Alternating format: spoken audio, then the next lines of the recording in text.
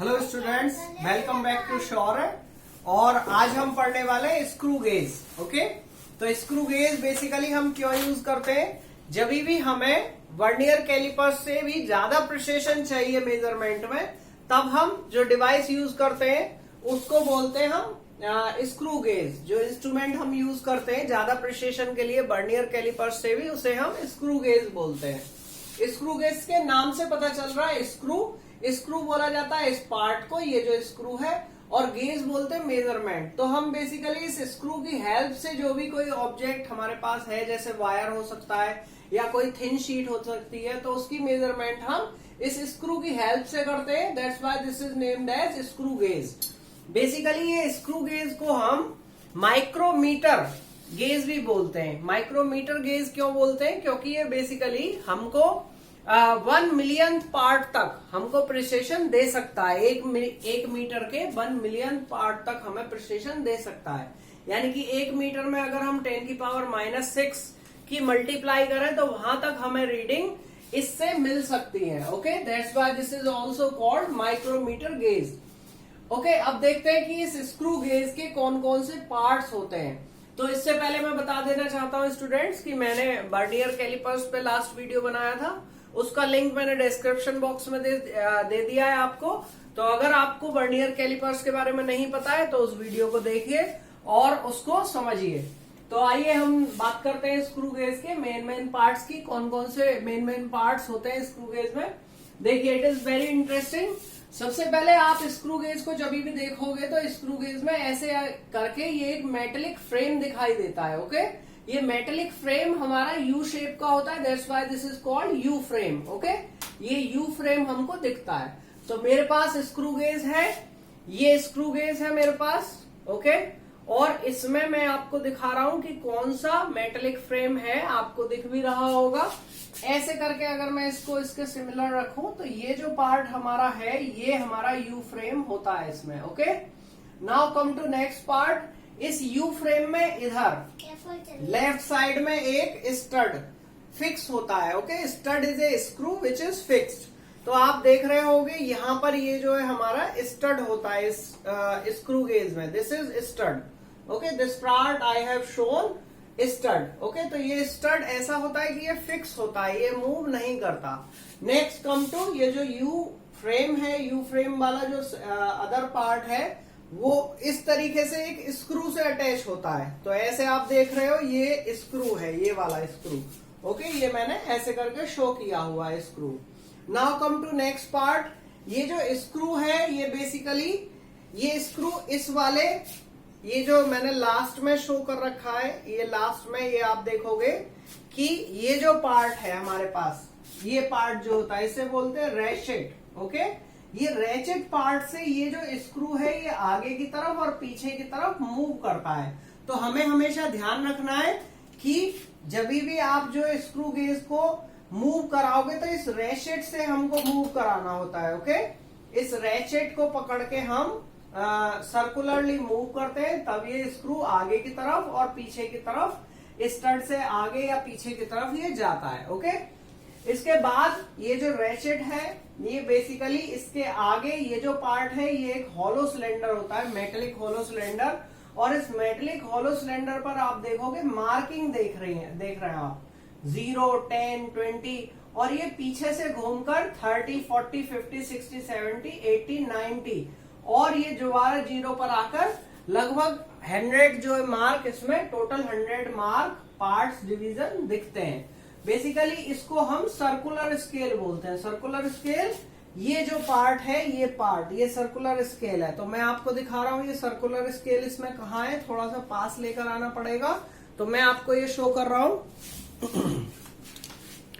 तो देखिए ये जो स्केल है, ये जो स्केल है ये सर्कुलर स्केल है इसमें। ओके, और ये रैचेट है, ये जो मैं फिंगर से रोटेट कर रहा हूं ये रैचेट है, और ये जिसको रोटेट कर रहा है ये सर्कुलर स्केल होता है। तो आप देखिए सर्कुलर स्केल पर 0, 10, 20, 30, 40, 60 ये सारे मार्किंग हमको दिख रहे हैं।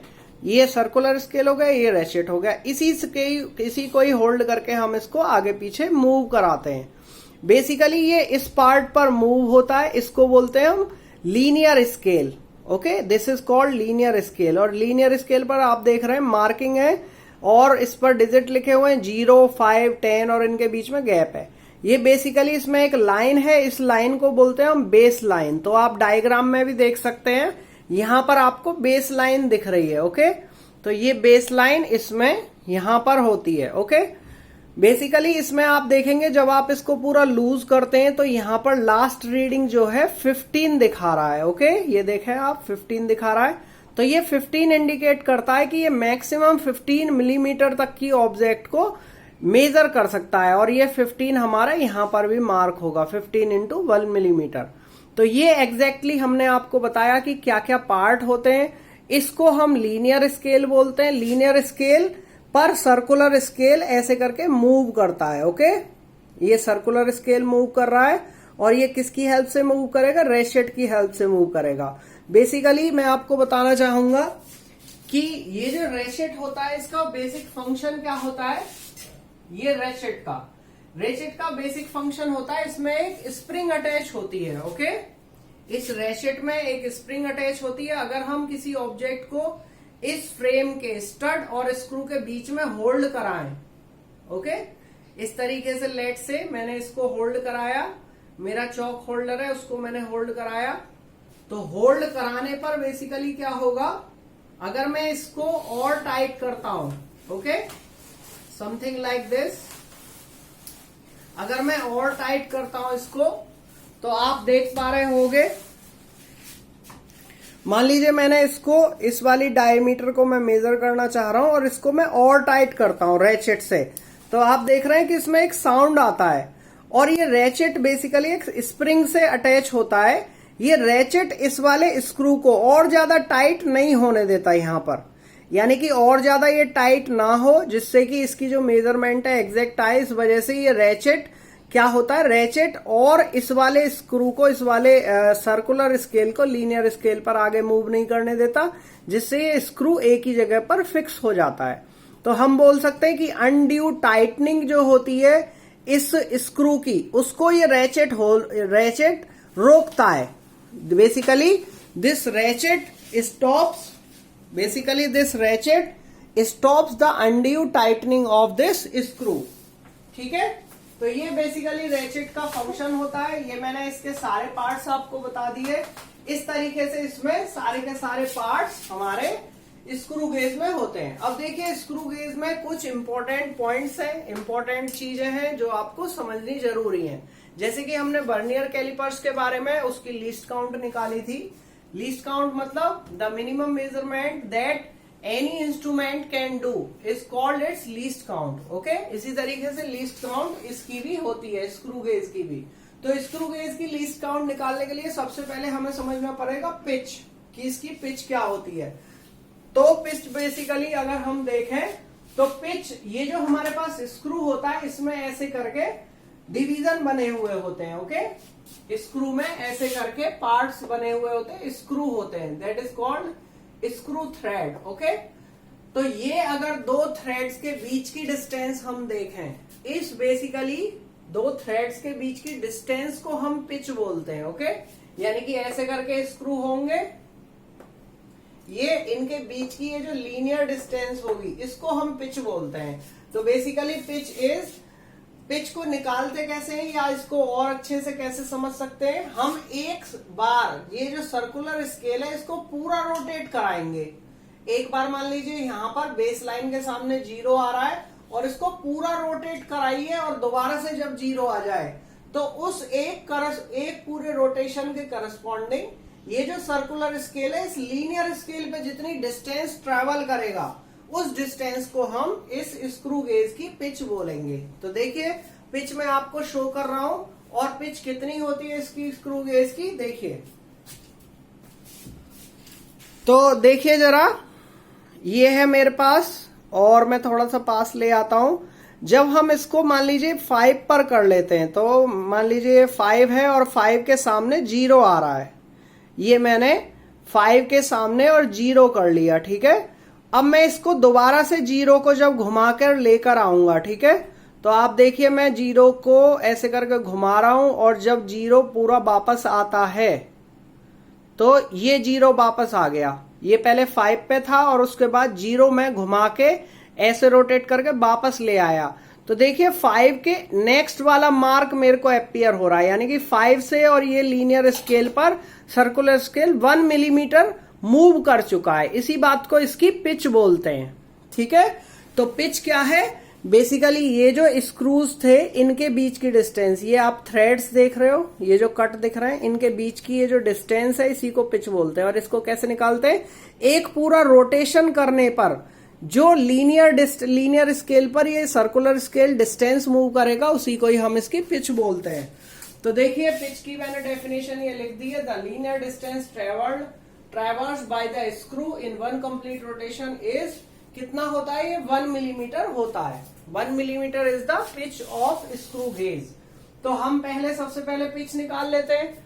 पिच के बाद हम फॉर्मूला लगाते हैं लीस्ट काउंट का। तो लीस्ट काउंट टोटल हमारे पास होती है पिच जो हमने निकाली है अपॉन ये जो हमारे पास सर्कुलर स्केल होता है इसमें कितने टोटल डिविजन्स हैं उससे हम इसको डिवाइड करते हैं। तो least count will be pitch of the screw gauge upon number of division on the circular scale.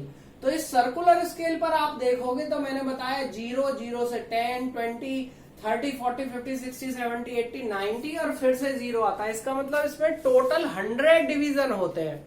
Screw gauge में सर्कुलर स्केल जो है उस पर टोटल 100 डिवीजन होते हैं। तो हम क्या करेंगे, इसकी लीस्ट काउंट निकालने के लिए ये फॉर्मूला लगा दिया हमने, pitch is 1 millimeter upon number of divisions are 100। Okay, जब हम 1 मिलीमीटर को 100 से डिवाइड करेंगे तो ये हमारे पास क्वांटिटी आएगी 0.01 मिलीमीटर।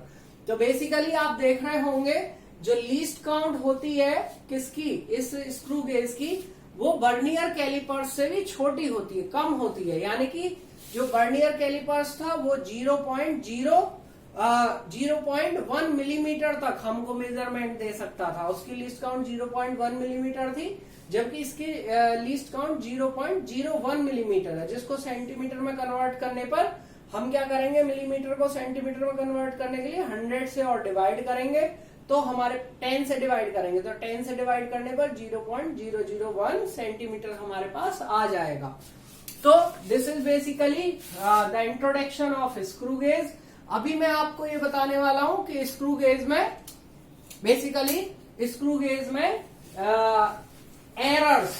एरर्स कैसे निकालते हैं वो मुझे पता होना चाहिए।